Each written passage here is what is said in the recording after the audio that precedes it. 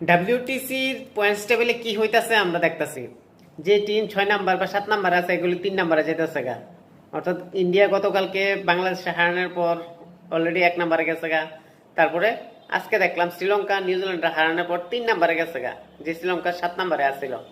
মানে অনেক কিছু হইতেছে, যে কোনো টিম কিন্তু ডাব্লিউটিসির ফাইনালে যাইতে পারে, যা প্রেডিকশনে বোঝা যাইতেছে। শ্রীলঙ্কার কাছে আরো তিনটা ম্যাচ আছে, নিউজিল্যান্ডের সঙ্গে একটা এবং সাউথ আফ্রিকার সঙ্গে দুইটা।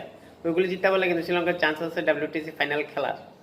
তো সেদিক থেকে যদি আমি টেবিলের মধ্যে দেখি, টেবিল টপে হচ্ছে ভারত 71%, এখানে উইন পার্সেন্টেজ। তারপরে হচ্ছে অস্ট্রেলিয়া 62, তারপরে হচ্ছে শ্রীলঙ্কা 50%, তারপরে বাকি টিমগুলি। তো সেই জায়গার মধ্যে এখানে কোন টিম ফাইনালে যাব সেটা নিয়ে কিন্তু বিরাট মানে দ্বিধা রয়েছে।